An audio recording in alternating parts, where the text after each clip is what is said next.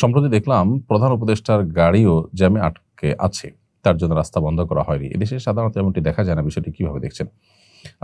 নিশ্চয়ই প্রধান উপদেষ্টা প্রোটোকল নিয়ে চলেন এবং প্রোটোকল নিয়ে চলার পর জ্যামে পড়ার কথা না সচরাচর। এটা কেন ঘটছে বা ডিটেইল কি আমি জানি না। যদি ঘটেও তাহলে এটা যেন নিয়মে পরিণত হয়। অর্থাৎ সাধারণ মানুষের জন্য এত মানুষের বসতি যে শহরে, সে শহরে আ নিয়মিত মন্ত্রীদের জন্য, ভিআইপিদের জন্য যদি এভাবে রাস্তা ব্লক করা হয়, তাহলে সেক্ষেত্রে সাধারণ মানুষের চলাফেরা দারুণভাবে বাধাগ্রস্ত হতে পারে।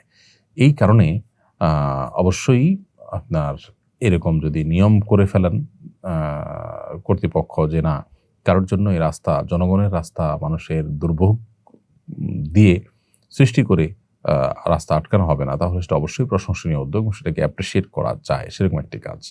বাকি এখানে মূল ঘটনা কী ঘটেছে আমরা জানি না। আমাদের দেশে আমরা জানি যে নেতা নেত্রীদের জন্য রাস্তাঘাটকে এমনভাবে আটকে রাখা হয় যে ভিআইপি মুভমেন্টের জন্য হাজার হাজার মানুষের ভোগান্তি হয়। সকাল বিকাল দিন রাত প্রায়শই ঢাকাতে এই চিত্র দেখা যায়। খুব ভয়ঙ্কর এবং খুব বাজে একটা অভিজ্ঞতা মানুষের। তো এটা থেকে বেরিয়ে আসা দরকার। প্রিয় নবী সাল্লাল্লাহু আলাইহি সাল্লাম যখন ওমরা করেছেন বা হজ করেছেন, কোনো কোনো হাদিস থেকে আমরা জানতে পারি যে তওয়াফের সময় হাজর আসওয়াদ পাথর চুমু দেওয়া আমরা জানি তওয়াফের একটা কাজ। তো সেটি তিনি অতিরিক্ত ভিড়ের কারণে যেতে পারতেন না দেখে দূর থেকে মাঝেমধ্যে লাঠি দিয়ে ইশারা করে তিনি চলে যেতেন। তো প্রশ্ন হলো যে নবী করিম সাল্লাল্লাহু আলাইহি সাল্লাম তিনি যদি চাইতেন যে আমি এটা চুম্বন করবই, তাহলে তো সাহাবীরা তাকে সেই প্রটোকল দিতেন এবং সবাইকে সরিয়ে তাকে জায়গায় করে দিতেন। এটা খুব সহজে করা যেত এবং সাহাবীদের দ্বারা এটা করা খুবই বাস্তবসম্মত ছিল। বিশেষ করে তখন তো এখনকার মতো লাখ লাখ মানুষ এভাবে হজ বা উমরাতে ছিলেন না। তো যে মানুষগুলো ছিলেন তফরত, তাদের মধ্যে প্রোটোকল দিয়ে নবী করিম সাল্লাল্লাহু আলাইহি সাল্লামকে ব্যবস্থা করে দেওয়া খুবই সহজ একটা কাজ ছিল। কিন্তু নবী সাল্লাল্লাহু আলাইহি সাল্লাম সেটা করেননি। এখান থেকে বোঝা গেল যে তিনি কিন্তু এ জাতীয় প্রোটোকল নিতেন না, যেটা মানুষের দুর্ভোগ হতে পারে, মানুষের কষ্ট হতে পারে।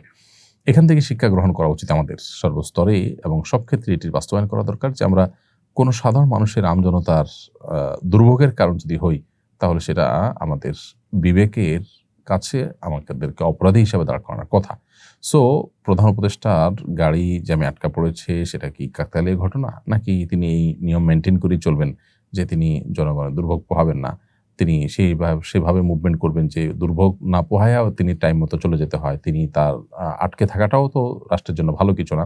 কিন্তু মুভমেন্ট সেরকম আপনার হিসাব নিকাশ করে প্ল্যান করে তারপর করা হবে যাতে করে তারও অসুবিধা না হয়, জনগণেরও ভোগান্তি না হয়। কিন্তু অবস্থায় সাধারণ মানুষের ভোগান্তি কমানোর চেষ্টা করতে হবে, যেটা ইতিপূর্বে আমাদের দেশে দেখা যায়নি। সো এটা যদি নিয়মে পরিণত করা হয়, তারা সবসময় ফলো করেন তার যে প্রোটোকল টিম আছে, তাহলে এটার সঙ্গে একটা সুন্দর দৃষ্টান্ত বাংলাদেশে তৈরি হলো।